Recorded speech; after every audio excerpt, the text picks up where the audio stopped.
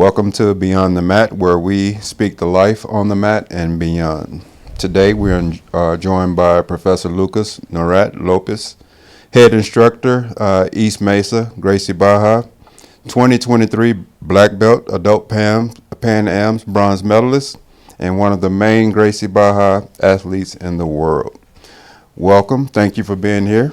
Thank you for having me, brother. You know, I have been talking to you for quite some time about you coming on the podcast because, I find you so interesting. And I also find it interesting how we just started talking and met. We were talking about shoes. I was going to take your Jordans from you, and you said try it. But that gave me an insight to get to know you a little bit better. That's why I love having you on the show today so you can share your story. I think you're so interesting. Yeah, thank you so much, man. Like I was telling you before, I'm a big fan of podcasts, and this is something that it's a content that I consume already on a daily basis, and it's funny because I'm always on the consumers end, but it's cool to be interviewed too. You know what I mean? And I'm very, very happy for you that you're starting this. Man, thank you. And I feel very honored to be here. You know what I mean? So thanks for having me, man. I appreciate that. Speaking of what we do, JiuJitsu, I read that you started combat sports at the age of 11. Yeah. And then I read last week that your parents wanted you to be a scientist. Yeah. So how did you make up your mind that you were going to be a professional combat athlete? Yeah, so it was not like overnight, you know what I mean? It was not like one day I woke up and decided to be a fighter, But my dad, he's a black belt now, but he was, I think, a purple belt when I was born. My parents had me very young. My dad was like 21, 22. My mom was like 18, 19. And he had to quit training to go to school and work and make a living. In Brazil, it's very hard to I bet I'm in America here too, but especially in Brazil, when we were poor, it's very hard to have a baby that young, and you got to make things happen. So he had to stop his whole life, all his hobbies, everything, all his free time to provide, both him and my mom. But martial arts was always present. He was always talking about how jiu-jitsu was cool and how much he loved it, you know what I mean? And then he had his gi on. He went to train at a friend's house a few times, and I remember going with him, and then I have a little baby gi on. I was doing judo when I was 5. Yep. In Brazil, they teach judo at all the schools. Maybe not all, but most of the schools, like the public schools. It's not good judo though. It's just I don't know, it's funded by the government, So it's not like the best quality service, But I did a little bit of judo when I was a kid. I actually even fought a tournament once, very little. But then I never was really into martial arts until I got to being maybe 10, 11 years old. My parents got divorced, and I got closer to my dad at that time.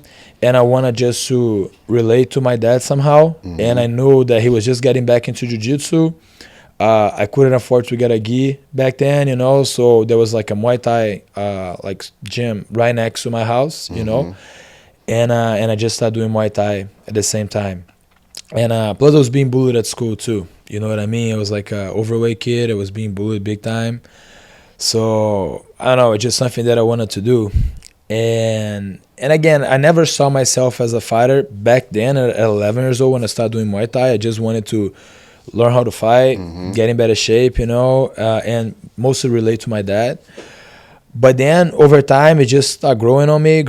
And then eventually I had to face a bully at school. He was texting me all these things that after winter break, he was going to beat me up. And, when we came back from winter break, it's like, man, I'm going to beat you up. So I went to my dad's place for winter break. And then I'm like, man, if I start exchanging punches with this guy was I was 12, 13, whatever. This guy was 15. You know what I mean? He was a big, fat kid too, much taller than me. If I try to punch this guy, he's going to kill me. You know what I mean? So I got to do this jiu-jitsu thing. I got to give this a try. So I told my dad, hey, I want to do jiu-jitsu. Just take me to the gym, I want to try it out.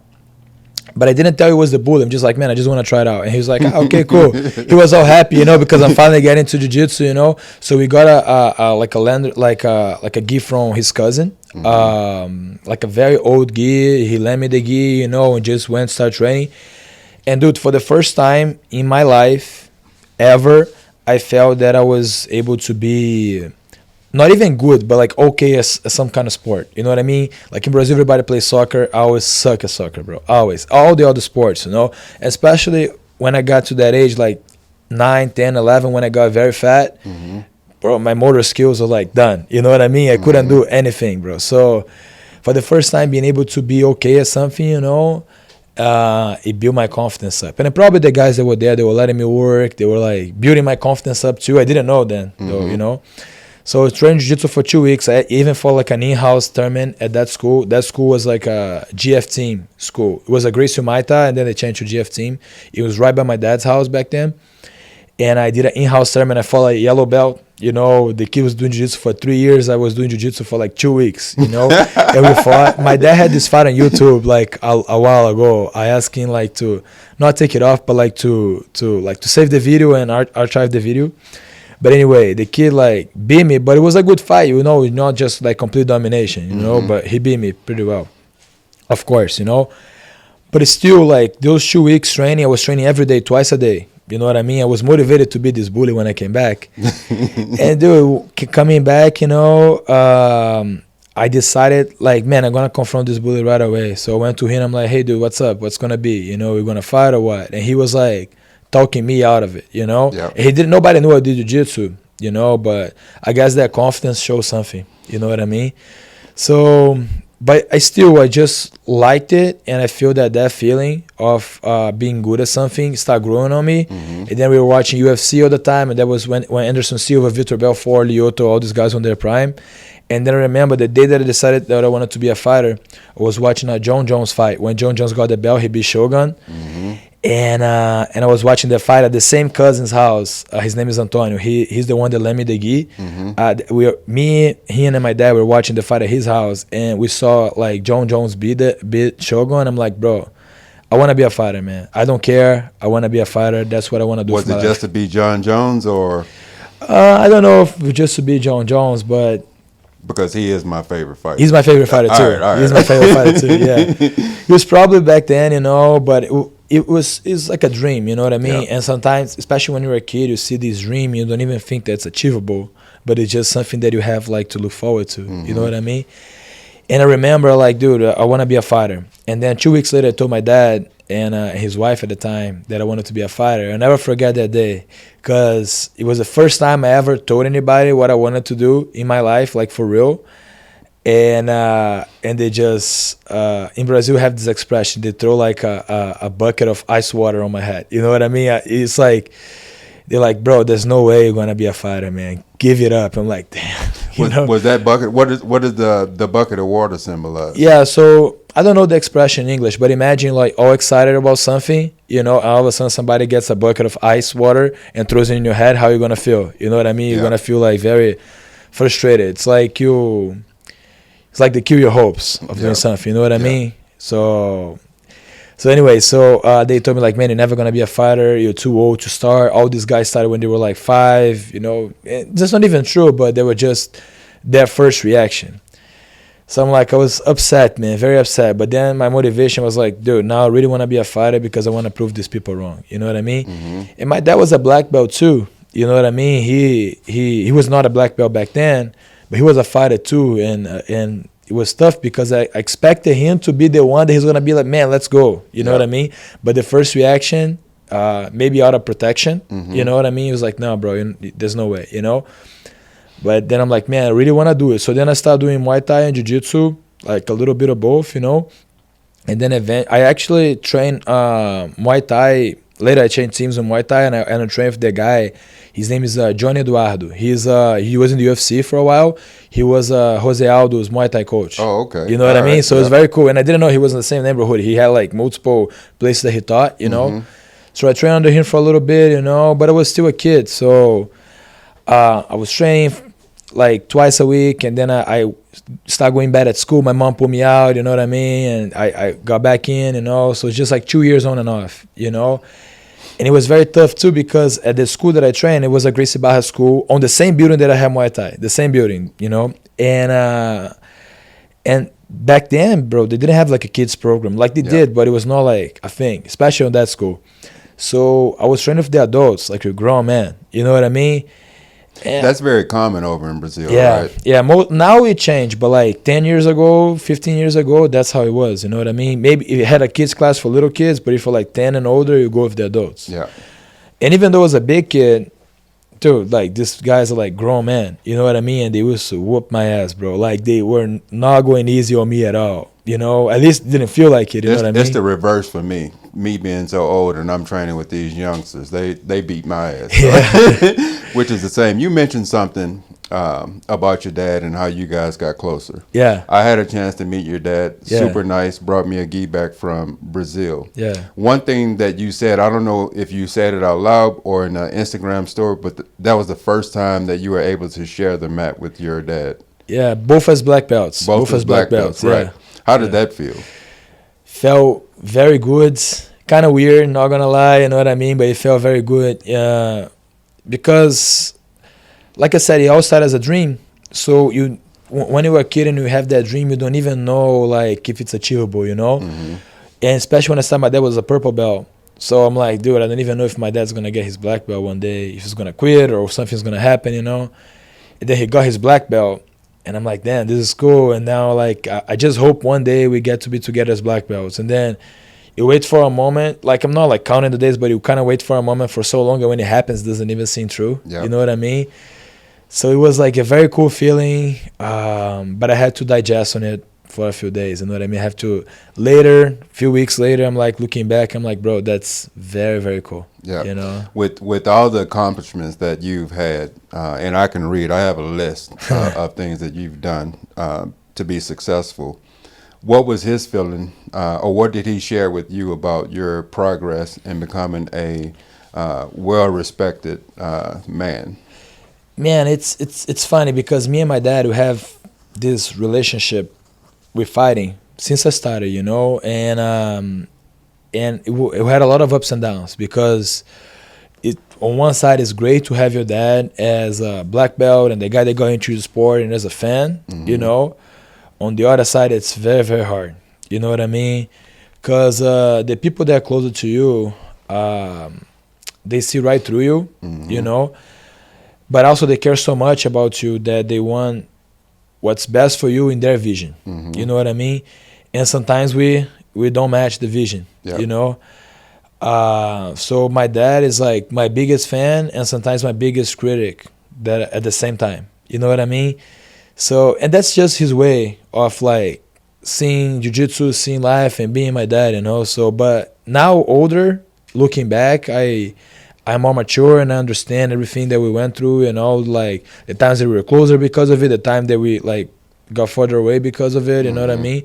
And now today I have no problems with it, but it was conflicting growing up, you know what I mean? Especially as a teenager, you want to prove yourself all the time and you're seeking approval and you just hear like all the things that you did wrong and how you could have done better, you know? So it's tough. But now when he was here, we had this talk and he said a few things that, you know, I kind of needed to hear. And it's one of those things that you don't know that you need to hear until you hear it, you know? Right. But he said that he's proud of me. He said he's proud of what I've been building at the school as an athlete, that he never saw me as focused, as committed as I am now, you know, and among all the things that he's like proud of me and he's happy for my success, for me to be able to live my dream. It's kind of our dream too, because his whole life he dreamed of doing what I was doing now, but he couldn't do it. You know what I mean? Yep. So it's kind of like living his dream through me. Yep. You know what I mean? So you know that's I think that's interesting to hear because your parents live in a different country. Yeah, my mom lives here now. My mom lives in LA. She just moved to LA. All right. She's doing that's why you guys are always photoshopping in LA, taking pictures. Yeah. Well, good. Yeah, she just moved here like a few weeks before my birthday in June. She just moved here in June and she's getting like a master's degree at USC. Good for her. You know, she's changing careers and then it's pretty much to be closer to me. You know what I mean? So, yeah, good for you. Yeah, it's interesting because we had a meeting with Professor Flavio a few weeks, and he had nothing but great things to say about you. That's nice, man. He talked about how, you know, you began being bullied as an overweight kid, and he was telling us that you are so different, and he's so proud of the person that you've become because he knows the struggle that you had coming up, and he just seen you come out of it, and he's just seeing you thriving. So definitely wanted to pass that along. Yeah, but that's great. You were the only person that he talked about during that meeting. So really? Yeah, absolutely. That's cool. Absolutely. So one of the things that really just drew me to you, and I think is so professional and so intellectual for you to put those stories on Instagram. You put questions out there, you take the time, and you answer very intelligently. A lot of people don't do that. No. A lot of people don't do that. They don't like the feedback. They don't like to answer those questions. But I think it's great of you to do that. Yeah. It sets a tone for your students. I can go and talk to the professor about anything. But me looking in, there was one thing that you said, and I want to read it so I don't get it wrong. Yeah. One of the questions was, aside from being a combat athlete, what are the dream career did you have as a kid? And I thought it was so profound when you said none. Plan B was to make Plan A run. Yeah. Where does that mindset and discipline come from? Yeah, man, it's I don't know where it comes from specifically, but I guess it's just it comes from a lot of different places. Because like I said, I didn't get the support that I needed in from my family in a way of like I didn't say I wanted to be a fighter. They're like, yeah, man, let's do it. You know what I mean? They're like, you can do what you want, you know what I mean? Our support is not getting you out of fighting. You know what I mean? Yeah. Like, okay, we're going to let you free to do what you want, you know what I mean? But I wanted to go to school, wanted to do all these things, which is right, you know what I mean? But they were always telling me how they wanted me to be more focused on like getting a corporate job, and get a real career, in their words, you know what I mean?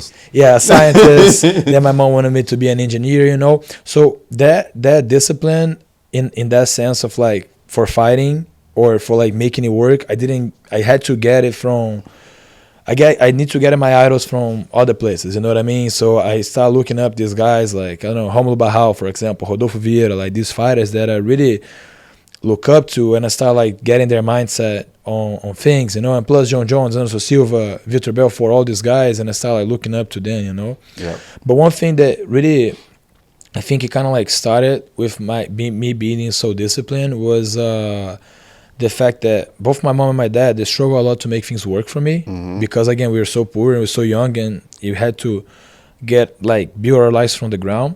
But especially my mom was like working, my dad too, but my mom was working, go to school. She graduated school. She got a job in I think the second biggest company in Brazil, you know what I mean? And then she grew so much on that job, and I could always see her being so dedicated to her work, her craft, her career, you know? And not really like giving excuses, just getting things done, you know? So I didn't think about that all the time, but it's one of those things that you can talk to your kids or talk to people all you want, but if you don't live it yourself, people are not going to see it through it. People are going to see through you, and people are not going to follow you. And my mom she talked a little bit about it, but she never bragged about her doing these things. But I guess me just watching, I kind of like follow her path, even though I didn't know that I was doing it. You know what I mean? So yeah, and I feel that, you know, back then, my mom was always telling me like, man, you got to go to college, you got to do these things, which is fine. And her mindset was actually, you got to have a plan A, B, C, and D. That's her mindset. Everybody down. Yeah. Everybody in Brazil has that mindset, you know what I mean? Like, especially in Brazil, it's very hard for you to make a living if you don't have a college degree. You know, here things are a little different, you know what I mean? But in Brazil, they don't even take you on an interview on the worst job if you don't have a college degree, you know what I mean? Yeah, it's like, of course, if you do like work at other things, yeah, but like if you want to work at a corporate like a job, like in a company, and you don't have like a college degree, they already like filter you and don't even call you for an interview, you know what I mean? So you gotta have a college degree. It's just a natural path of things. And my mom was like, man, you gotta do a college degree, you gotta get a college degree just in case this fighting thing doesn't work or whatever. And she was kind of like hoping that I give that up too, you know what I mean? But then in my mind, I'm like, dude, you know, I realized that if I have a backup plan, I'm always gonna fall short because I'm always gonna be like, you know, if everything goes wrong, I have that, you know, and you don't commit the same. You know what I mean? Yep. When you have no options, dude, you gotta make this work. Doesn't matter how many times it takes, you cannot quit. You gotta make this work. You know what I Yep. mean? And I feel that translated a lot to my life later on as a businessman now and as a head instructor of a school and all these things. Because, you know, when you're a business owner, you know, you gotta make it work. You know what I mean? If it Yep. doesn't work, then you don't get paid. If it doesn't work, you know, then it doesn't you don't make money, you don't eat, you know what I mean? So Yep. there's no way around it, you know. And I like that much more. So I guess wanted to prove my parents wrong in a way, like everything, a little bit of everything make me have that mindset like, man, now that all these people are saying that I can't do it, I gotta do it, and the only way that I'm gonna be able to do it is if I really commit to it. You know, so that level of commitment and that level of discipline that you have, and you know that you have it, you feel it without having to say anything about it.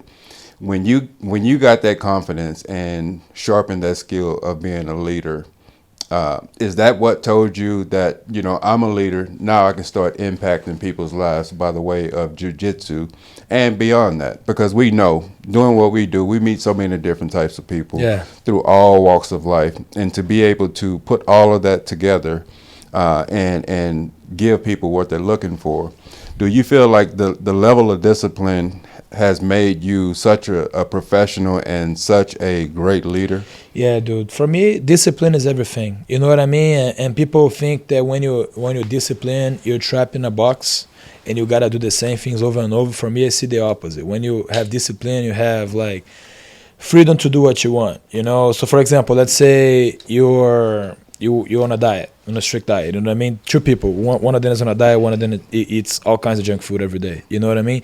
And you feel like, man, the people that's disciplined enough to be on a diet, he's the one that's strapped. He gotta eat healthy food every day. He gotta eat like rice, chicken, and salad every day. You know, while the other guy can eat burgers, pizza, whatever. And you think that guy that has a discipline is strapped, but it's the other way around, because that guy that has a discipline and eats healthy, he can eat a burger whenever he wants. It's not gonna change his life. Right. He's always gonna be healthy. He's always gonna be in shape. He's always gonna be able to do. It's not a burger or a beer that he has eventually. When he decided that he wants to, is gonna like mess his life up. But that other guy that eats pizza, burgers, drinks beer every day, he tries to run like 10 yards, he's gonna fall on the floor. You know what I mean? So, like for me, discipline is everything, and it allows me to do everything in my life, you know. And I feel that, man, I always put that on my Instagram. We're talking about the Instagram captions and questions that I ask, and I always put like be real on my Instagram. I don't know if you ever saw that. And I feel that I hear you saying it too. yeah.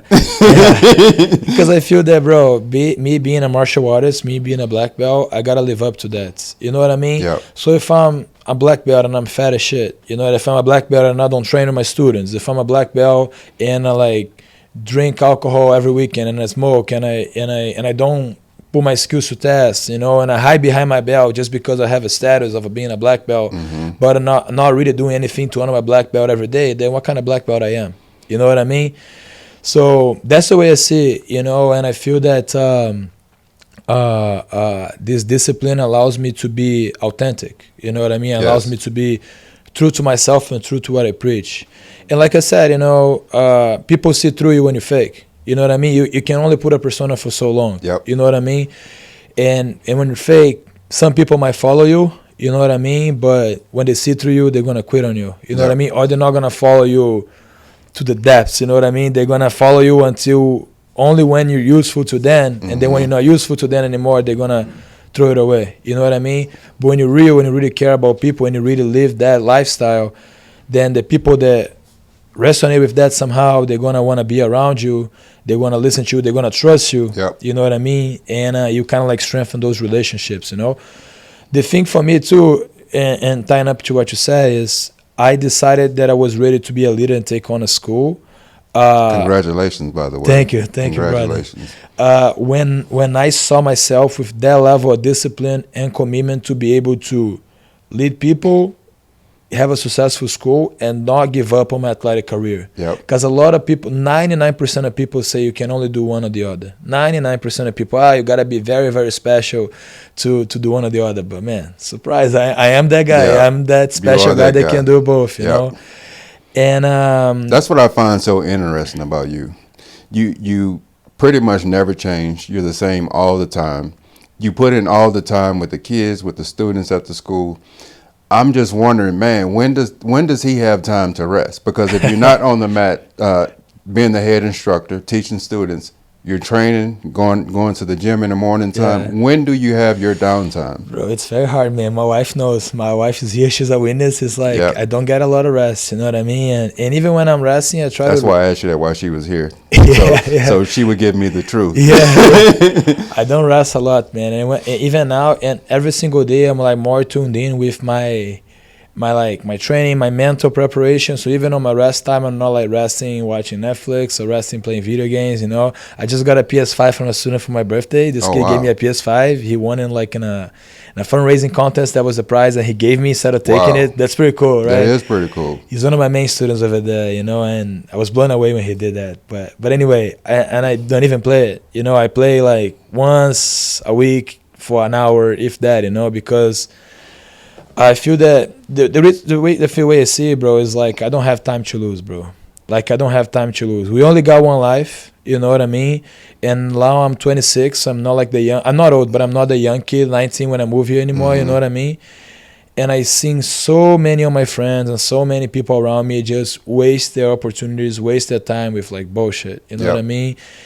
And, you know, drinking, smoking weed all day, or not training, getting fat, being lazy, or not putting in the work. I have talented, very, very talented friends that lost themselves to drugs or lost themselves to being lazy or they're just lost, you know what I mean? And they could have been so much, but they decided to give in to like fast pleasures of life, you know, like drinking, smoking, eating, and, you know, So I'm like, bro, I have no time to lose. You know what I mean? So every hour of my day, I gotta make it count. You know, so I of course rest is important. You know, and I try to, especially sleep well, have a very good night of sleep, so I don't need to rest a lot during the day. You know what I mean? And I try to take one rest day of the week, like usually Sunday. But you know, I feel that we can do so much more that we think we can, and we kind of just use like I need to rest as an excuse. It's a very dangerous thing though, because you do need to rest. Everybody needs to rest, you know, but you gotta be really true to yourself, and you gotta really have that level of honesty and holding yourself accountable to see when you really need to rest, or you're just being a bitch. You know what I mean? You're just like, oh, I'm sorry, I'm not gonna do it today. Oh, man, you know, you can't. I've had days like that. Yeah, I've had days like that where I was a bitch, and I'm, you know, already dressed to go and train, and I just sit down on the sofa. Everybody has it. I have those days. When you go from the leader mindset to the competitor mindset, how do you get yourself going? Man, for me, that's the thing, that like I'm a very competitive person, and I feel that the more discipline I get, the more competitive I am, because I feel entitled to win, because I'm doing everything that it takes to win. So if I'm like, bro, I don't know, like I used to before, eating Nutella every day, like, you know, eating like shit every day, not training, giving excuses, like when Nutella bad for you? Bro, very, all right, bad. I'm going home. And I made a promise, to myself, because there was this time that I was in America that I was like completely out of focus. I lost completely focus. You know what I mean? So I got very fat. I was like not training right, I was not eating right, and one thing led to the other. I lost my motivation to train, and I lost sermons, and I didn't want to train, and you know what I mean? It was just like a negative cycle. And then one day I snap out of it, you know. Actually, after a few series of events, I snap out of it, you know, especially after we got married and Carol moved here, and she was like, what the hell are you doing, you know?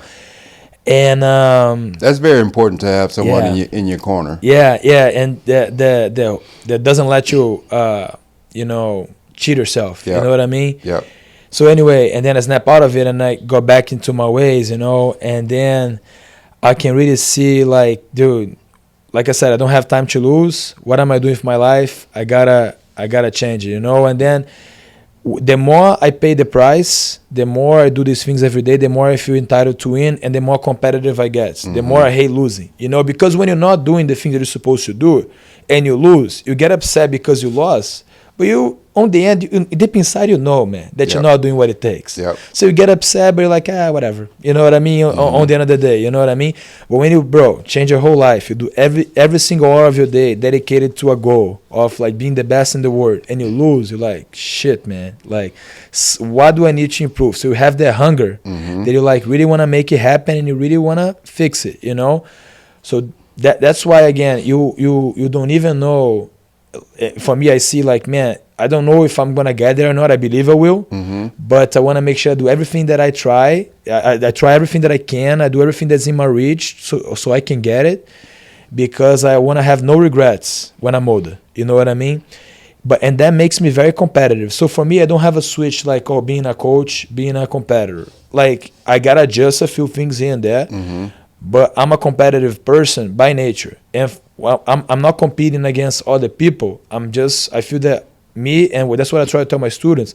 I compete against me, my own weaknesses, and I'll try to tell them that's like, bro, you're not competing. Like, I don't care if you guys win gold medals all the time, but what I do care is if you guys don't put in the effort. If you guys are giving up to your own excuses, you know what I mean? So, for example, if I'm teaching the kids, I have like class with 40 kids now, you know. And I'm like, bro, not all these kids are going to be world champions. Maybe one of them is, you know what I mean? 2, maybe. You know, I have a very group of kids, so I'm confident that 5 to 10 of them can have this world championship potential. You know what I mean? But all of these 40 kids, a lot of them don't even want to compete. They just do it for fun. But I don't care if you do it for fun or not. You're not going to be on my mats messing around. You're not going to be on my mats not putting the effort. You know what I mean? Yep. So you've seen it before. You came to the school, so you know what I mean? So it doesn't matter what your goals are. Your goals does not necessarily are an excuse, or not having the same goals and not necessarily have an excuse for not doing your best. You know? Yeah. Excellence is a lifestyle that it can be applied to every area of your life.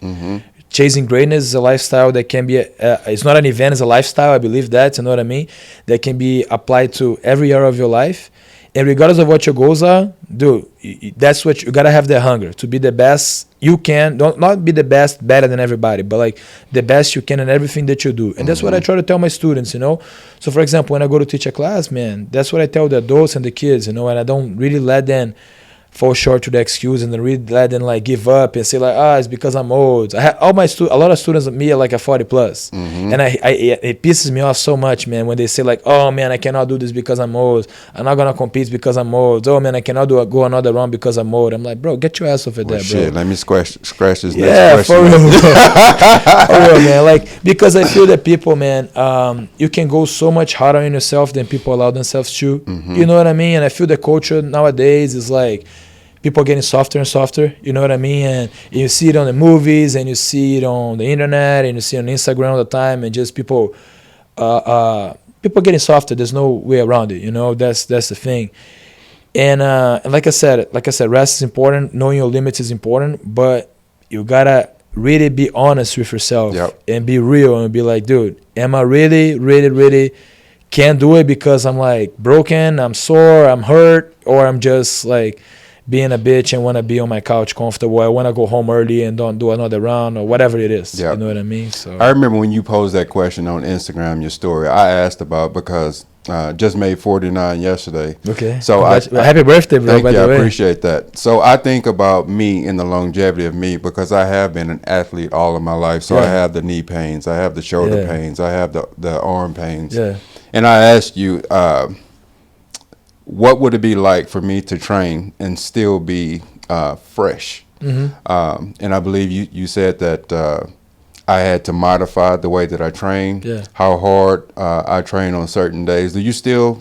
Yeah. Now it's easier for me because we have Professor Bruno Fora here, and he's the one that structures all comp class. So he does my strength and conditioning training on the weight room, and he structures the comp class for the professional competition team. You know what I mean? Because now we have comp classes with the professional structure by him. He's a PhD in sports science, so he really knows his stuff. You know what I mean? And we have comp classes for the guys that just want to do this for fun. You know, and it's not really like a comp class in a way with the most professional way it can be. For high performance, it's more like a comp class for you to get to roll and get situational training competition. That's what the other guys are doing. But anyway, what Professor Formiga does for me, he kind of like measures our level of soreness and performance, you know. He kind of like adapts the training as we go. So he feels like if Wednesday we go very, very hard.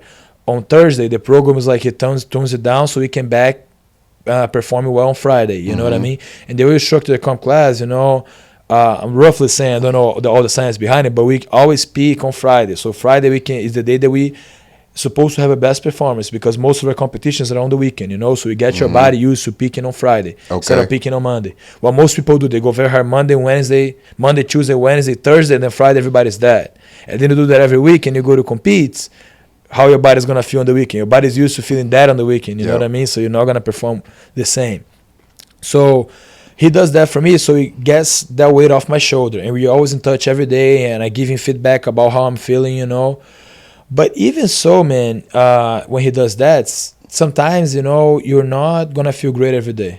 You know, you're not. You know, it's impossible to feel great every day, to have like your best performance every day. You know, and there are a lot of things that I learned with experience that play make a difference on that performance, you know, like how you sleep, how you eat, what you feed your mind, all these things that make a difference on being more consistent on feeling well every day. But even if you do all these things, there's still gonna be some days that you're not gonna feel well, which is cool. But it's not about feeling great every day, but chasing greatness every day, regardless of how you feel. Yep. I think I posted that like on Friday because I hurt my foot on Thursday, and I couldn't train on Friday, and I just did drilling. I show up to practice, did drilling, and I could barely walk. So I'm like, then I cannot drill anymore. So I went to the weight room. For me, I adapted my training, and then I went to sit on a bike for like do sprints on a bike for like an hour. You know what I mean? And every day is gonna look different, dude. You know what I mean? Some days you're gonna go and you're gonna tap everybody out. Some days you're gonna go and you're gonna get tapped out, and you're gonna have to try to play defense. Some days you're gonna feel like you don't know anything, even though you're like a seasoned black belt. But I think for your mind, it's important to be healthy and try to take a positive lesson in everything and try to improve, even if it's just a little bit. You know what I mean? Every single day. So, like I said, that's the way I see it. You know, some days if you're hurt, you're going to play a different game. But there's always an opportunity to improve for those that have their eyes open to see it, you know. But if you're complaining, if you're feeling sorry for yourself, if you're like bitching about everything, you know what I mean, or you just don't show up and use your injuries as an excuse or whatever it is, your soreness, whatever it is, then it's guaranteed that you're not going to get better or get worse. But if you do show up and you find a way to improve, then even if it's like 1%, like a tiny little bit better, it's better than just sitting on the couch. You know what I mean? So like I said, I don't have time to waste, bro. So every little inch that I move forward matters, you know? When I first started, Professor Zuza, and this is one of the many reasons that made me fall in love with him. When he hadn't seen me in a couple of days, he would pick up the phone. And you know how you send those voice messages. Hey, my brother, we miss you. And, you know, I call him back and let him know what's going on. But he was such a motivating person for me. And to be so young, he is so knowledgeable. And I think he comes from the same school of thought as you. The first thing he said to me when I started, there's nothing given away on these mats. Once you step on these mats, everything is earned. 100%. 100%. We come from the same school. I don't know if you know, in Brazil. We are from the same school. I actually taught class to him for a little bit because he was like a blue belt kid and I was already a purple belt. And he used to train on, I think, with the teenagers like class and the adults. And I was an instructor there, so I taught a few classes for him at my school. And then we moved here. I moved here first, and then he stayed at my house for like 2 weeks to fight wars, you know. And then he moved here after, and I actually helped him link up with Flavio to help him move here, you know what I mean? And we are like very good friends ever since. You know what I mean? So he's a good dude, and Professor Zuza is honest. Very. He's very honest. And for me, you know, I'm walking in, like I see him and Coach Ari. I walk in to sign up. I look at them and I'm like, I got this. But as soon as he got me on that mat, little guy is so powerful. He is so good. He is good. He's amazing, bro. Brother. I want to say this about the other kids that came up and did the other podcast. I can tell all the kids. I had kids from maybe 3 or 4 schools come up, and you know, we asked about how they prepare, what their game plan is, what their favorite submission. It's amazing how every school has a different game plan according to their professor. One of your students told me that, you know, Professor Lucas, he cares about our cardio. He makes us run. He makes us do burpees, and then we have to go and train. Yeah. And it didn't come in a way of, man, I don't want to do this again. They were excited to say that. Yeah. Meaning to say that they really care about their professor, and they care about the product they put out there in front of you. And do you remember who the kid was or no? What he looked like? We're going to watch the video back today, and I'm going to get their name for you and let you know. Yeah, it's probably Marcus, I think. He's the one that gave me the PS5. You know. Oh, okay. So. He's like brown skinned kid with like braids on his hair. That was him. Yeah, that's him. That was him. Yeah, dude. I love that kid so much, man, and like all my kids, I love them. Like I was talking to Carol, you know, we don't have our families here, but our kids, especially these kids, they feel like they're my kids. With all the respect to their parents, I feel like I'm their dad in a way. You know what I mean? Yeah. Like I have that dad and son relationship, and I'm very close to this kid. And the reason we're so close is because, dude, this boy, he works hard, man. He's doing jiu-jitsu for like 8 months, I think now, and dude, he puts in the work. He's focused. He's very respectful. He's very talented. His whole family is talented. Like his mom and his dad, they just started training. They competed. They did like 12 classes. They competed. You know what I mean? Good. His mom got golds. Oh wow! You know, got 2 submissions, got golds. Wow! And his dad's, he won the first one like by a lot. The second one, he made a mistake and he paid for it, but it was like lack of experience. But his dad's like very, very, very tough, very tough. He's like my size, you know, maybe a little stronger than me. Very, very talented. And I'm like, how the hell did you guys learn jiu-jitsu? You guys trained before? Like, no, just watching. And I'm like, bro, I hate these people, man. I had to work my ass off to get better. These guys get good just watching, you know? Same thing Professor Flavio said when we sat down with him. He said he's so jealous of these kids today. Yeah, dude. So anyway, but this boy, man, he's very, very talented. And I feel that very, very, very talented, but very, very, he loves to work hard. And I resonate, I identify people like that a lot. That's why I think we're so close, because the worst thing for an instructor is when people don't buy into his idea of hard work and they don't trust him. You know, I feel that's where it comes from, like they don't trust. And that's ties up with what I was saying about being real and leading by example, you know, because if you're not real, people are not going to buy into what you're saying, you know what I mean? But he really buys into what I'm saying. And he really like puts in the work. And that's what I tell these kids. I'm like, dude, if I make you guys work hard, man, don't roll your eyes and don't be like, oh, then I got to work hard. Man, we got to be happy because you're going to be better. And then you're going to pay the price more than everybody else. And then it's going to suck now, but when you get the gold medal around your chest, it's going to feel very good. You know what I mean? And this boy especially, he hates to lose, bro. He's like, I think probably the most competitive kid that I have. Like nobody likes to lose, but he hates losing so much. And I even got to talk to him sometimes to tune it down. You know what I mean? He's high strong. He's high energy. Yeah, high energy. Very strong personality. You know what I mean? But I love it. You know, I love it. I feel that for our sport, you got to have that mindset. You know what I mean? But anyway, he's very competitive. And then I never heard him complain to me about being tired or anything in that sense. Ever. That's because you put them through all of the cardio. And the thing too, one thing that I do these drills with these kids, like I do this drill that I put the cones out. I don't know if when you were there we did that, I can't remember, but we put the cones out on the mats, and you see my school, they have big mats, you know what I mean? So the kids run almost like around, close to the edge of the mat, run laps, you know what I mean? Sometimes I do that.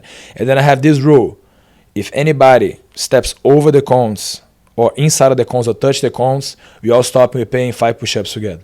Or 10 push-ups, I can't remember. Some days are 5. Depends how if the kids are too lazy, they're 10 push-ups. The kids are okay with the 5. You know what I mean? Yeah. And there's always this kid that doesn't pay attention, and they touch the cones, and everybody, the whole team, not just the kid, everybody stops and pays push-ups together as a team. Because if one of them fails, everybody fails together. You hate that shit too.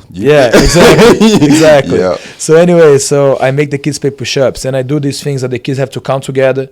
If one of them is cheating on the push-ups, we start over. You know what I mean? And I have this rule in my class that if I ask the kids are tired, the answer is always no.